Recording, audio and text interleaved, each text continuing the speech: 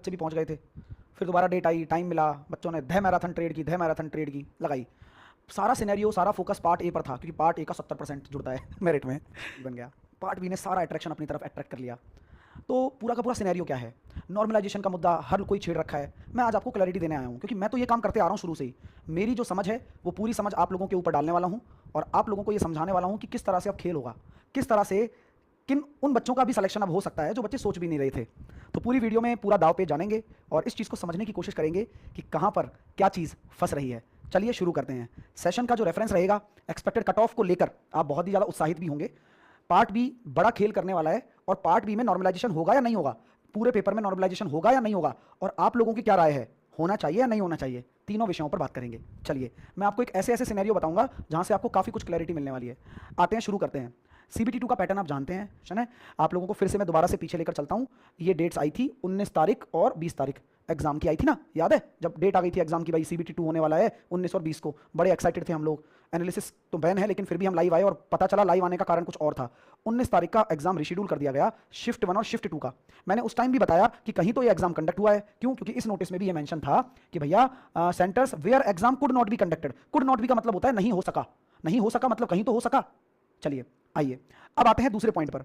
20 तारीख वाले का ALP CBT 2 में 20 मार्च की बात हम करते हैं, जो उसको भी रिशेड्यूल कर दिया गया आप लोगों के लिए। ठीक है, चलिए अब यहां पर आपके सामने दोनों चीजें क्लियर हो गई कि भाई 19 का भी हो गया, 20 का भी हो गया। अब आप लोगों के सामने ये रीस्केड्यूलिंग भी आ चुकी है, जिसमें ये बात लिखी गई थी कि 19 तारीख को कहीं ना कहीं तो फर्स्ट शिफ्ट में पेपर हुआ है, उन बच्चों का पेपर हुआ है, उनको ही हमने क्या कर दिया है, मतलब हो गया, उनका पेपर दोबारा नहीं होगा। अब जो पेपर होगा उन बच्चों का होगा जो रह गए हैं। ये बात क्लियर हो गई, और उनका पेपर हमने 2 तारीख और 6 तारीख को लगा दिया है। यहां तक पूरी बात समझ में आ रही है क्या आप लोगों को? हाँ या ना में जवाब दे दो, क्योंकि तभी मैं कनेक्ट करा पाऊंगा आप लोगों को। चलिए अब आते हैं, ये भी सिटी इंटीमेशन स्लिप है, ये भी सिटी इंटीमेशन स्लिप है। दोनों सिटी इंटीमेशन स्लिप में अंतर पहचानो, जल्दी बताओ। ये 11 मार्च को आई हुई सिटी इंटीमेशन है, 11 मार्च को। ये सिटी इंटीमेशन 22 अप्रैल को आई हुई है। दोनों में अंतर पहचान लोगे क्या? जल्दी बताओ। अगर आप लोग बता पा रहे हो तो आप लोग बहुत कुछ सीख चुके हो। जी हाँ, तो क्या हम ये कह सकते हैं कि 11 मार्च और 22 अप्रैल में सिटी इंटीमेशन स्लिप दोनों बार आई है, दोनों बार में अंतर क्या है? आप कहोगे सर नंबर का चेंज है, इसमें फोन नंबर अलग है और इसमें फोन नंबर अलग है। मैं कहूंगा वाह वाह वाह वाह, बहुत बढ़िया। नहीं, एक चीज और बदलाव आई है। क्या आई है? ये काले कलर में फॉन्ट का, कि 11 मार्च को जब अपना नोटिस आया था तब बोला था कि भैया हम नॉर्मलाइजेशन नहीं करेंगे, क्योंकि हम RRB वाइज पेपर को स्केड्यूल कर रहे हैं। तो अब आप देख लो, और आपको लंबा ट्रैवल भी करना पड़ सकता है, हम लेकिन नॉर्मलाइजेशन नहीं करेंगे। हम बहुत खुश थे इस मामले में, कोई दिक्कत नहीं है। बट यहां पर आप लोगों को बता दूं कि ये वाला पॉइंट डिस्कस ही नहीं हुआ है। तो आप लोगों को ये चीज बतानी होगी, आप लोगों को ये चीज समझनी होगी कि क्या नॉर्मलाइजेशन होगा according to the railway notice. बताइए हाँ या ना, क्या नॉर्मलाइजेशन होगा? जल्दी से बताइए। हाँ, मैं उन्हीं बच्चों से बात करना चाहता हूं जो बच्चे बात को समझ रहे हैं। जो बच्चे बात को नहीं समझेंगे उनसे बात करना बेवकूफ़ी कहलाती है। फिर पॉइंट को समझिए, बहुत जरूरी पॉइंट आने वाला है। ये छोड़िए सर, कट ऑफ पर आइए। कुंदन उसी पर आ रहा हूं बेटा, लेकिन तुम इन चीज़ों को समझ पाओगे तब आप चीज़ों को रिलेट कर पाओगे, अदरवाइज आप नहीं कर पाओगे। ठीक है। हाँ, तो मैंने जो ये सिनेरियो बताया आपको, पहले नोटिस के मुकाबले नॉर्मलाइजेशन अवॉइड था, बट रेलवे के 22 अप्रैल को आए नोटिस के हिसाब से रेलवे ने ये स्पष्ट किया है, वरना ये लाइन इसमें डाल सकता था कि नॉर्मलाइजेशन होगा। अब मैं कहता हूं कि अगर नॉर्मलाइजेशन होगा तो क्या एक्सपेक्टेड कट ऑफ पे कोई फर्क पड़ेगा? जी हाँ। अब एक्सपेक्टेड कट ऑफ का एग्जैक्ट डेटा अगर आप जानने आए हैं वो तो मैं नहीं दूंगा, क्योंकि वो मेरे पास नहीं है, और ना हो भी सकता है, क्योंकि जब तक आंसर की ना आ जाए तब तक कोई बात नहीं है। बट आप मुझे ये बताइए, आप लोगों को ये संज्ञान में है कि अभी जो लास्ट शिफ्ट हुई है ना, 6 तारीख की सेकंड शिफ्ट, उसमें ट्रेड कंपैरेटिवली इजी आई है। और क्या आपने ये सुना, 19 मार्च को जब पेपर हुआ था उसमें भी ट्रेड इतनी टफ नहीं थी। हाँ हाँ हाँ, तो इसका मतलब ये हुआ है कि कहीं ना कहीं ट्रेड वाले बच्चे जो पार्ट बी देकर आए हैं उनके नंबर तो कम आ रहे हैं, तो नॉर्मलाइज होगा तो नंबर तो बढ़ने चाहिए। क्योंकि अगर मैं अंदाज लगाऊं, और जितना मेरे को बच्चों से बात करके पता चला है कि इलेक्ट्रीशियन ट्रेड का पेपर आसान आया है, फिटर ट्रेड का पेपर बहुत टफ आया है। क्या मैं सही हूं तो मुझे प्लीज करेक्ट करिएगा, अगर मैं सही हूं तो मुझे करेक्ट करिएगा एक बार। तो प्रॉब्लम क्या है पता है? प्रॉब्लम यह है कि अब हमें नॉर्मलाइजेशन की जरूरत पड़ेगी।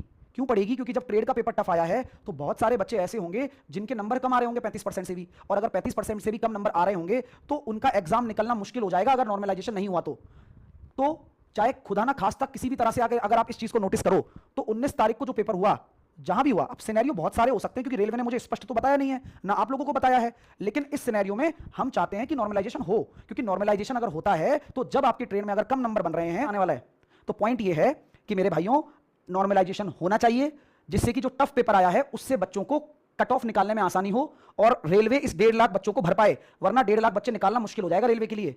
70-80 हज़ार बच्चे ही बैठेंगे फिर। ये रियलिटी है, ये बात समझ लीजिए आप। तो एक्सपेक्टेड कट ऑफ बहुत ज्यादा डिपेंड किस पर करने वाली है? एक्सपेक्टेड कट ऑफ बहुत ज्यादा डिपेंड करने वाली है आपके पार्ट बी पर। यानी कि मैं आज आपको 100% गारंटी देता हूं, अगर आप अपना पार्ट बी क्वालिफाई कर रहे हैं तो पार्ट ए तो ऐसा लल्लू पंजू आया है, अगर उसमें आपके 60 नंबर भी है ना, तो भी आप सीबीएटी में बैठने जा रहे हो, ये मेरी 100% गारंटी है आपको। क्यों? क्योंकि डिजर्विंग कैंडिडेट पार्ट बी वाले उपलब्ध ही नहीं है। तो एक्सपेक्टेड कट ऑफ का ये मायना हो गया कि पार्ट बी बहुत बड़ा रोल प्ले करेगा, क्योंकि अच्छे अच्छे प्लेयर जिन्होंने पार्ट ए में अच्छा स्कोर भी करा है, 97 स्कोर करा है, पार्ट बी में क्वालिफाई नहीं हो पाए, तो क्या ये आएंगे? क्या ये इसमें बैठने लायक हैं? क्या ये सीबीएटी में बैठेंगे? नहीं बैठेंगे। जब बैठेंगे ही नहीं तो कोई इनका मतलब है? सुनने में आ रहा है मुझे बताना। 6 तारीख की जो सेकंड शिफ्ट आई है उसमें सब बदल गया। उसमें मैथ, रीजनिंग और बेसिक साइंस इंजीनियरिंग थोड़ा अच्छा लेवल का आया, लेवल बढ़ गया, और जो पार्ट बी है उसका लेवल घट गया, थोड़ा सा घट गया। ऐसा सुनने में आया कि कितने लोग ये हैं, मतलब इस चीज से एग्री कर रहे हैं, मुझे बताओ यार, क्योंकि मैं बच्चों से ही बातें करता हूं, कम से कम मैंने 10-12 बच्चों से यही बात करी है और उन्होंने ये बोला। तो इस केस में भी फिर मतलब ये निकाल गए तो फिर सारे बच्चे तो सेकंड शिफ्ट वाले सेलेक्ट हो जाएंगे, 6 तारीख वाले, 6 तारीख सेकंड शिफ्ट वाले सारे बच्चे सेलेक्ट हो जाएंगे। तो ऐसे नहीं होता है, हाँ ऐसे नहीं होता है। नॉर्मलाइजेशन होना चाहिए देखो कंपैरेटिवली, अगर आपके नंबर कम आ रहे हैं तो। ठीक है, मैथ में क्वाड्रेटिक इक्वेशन आ गया बताया इसमें,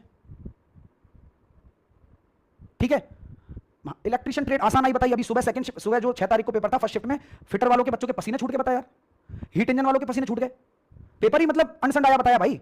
जैसा अभी नीट वाले बच्चों के साथ हुआ है ना, अब ये सोचो जो अभी नीट का पेपर हुआ है, एक डॉक्टरी का पेपर होता है नीट का, आप लोगों को पता है ना, सबको हल्ला मच रहा है ना, उधर भी ऐसा ही पेपर बना दिया, किसी को पता ही नहीं है, बच्चा बेचारा बैठा हुआ है, मास्टर बैठा हुआ है, मास्टर को नहीं पता, समझे क्या?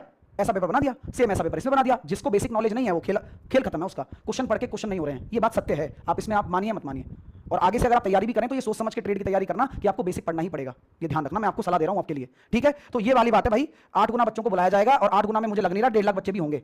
1.5 लाख बच्चे निकालने के लिए पहले पार्ट भी निकलना चाहिए, पार्ट भी अगर 1.5 लाख बच्चों का निकला ही नहीं, यानी कि 2 में से 1 बच्चों का भी नहीं निकला, तो दिक्कत हो जाएगी भाई। जिस तरह से पेपर आया तो नॉर्मलाइजेशन होगा, तो कट ऑफ पार्ट बी की कट ऑफ निकालना आपको जरूरी है, मतलब क्वालिफाई करना जरूरी है, उसमें भी नॉर्मलाइजेशन होना चाहिए जिससे बच्चे आ सकें सीबीएटी के अंदर। तो सीबीएटी अगर आप देते हो तो ये भी गेम चेंजर है। जिस तरह से आप ट्रेड में फंसे थे ना, ऐसे ही आप सीबीएटी में फंस जाओगे अगर आप तैयारी नहीं करोगे तो।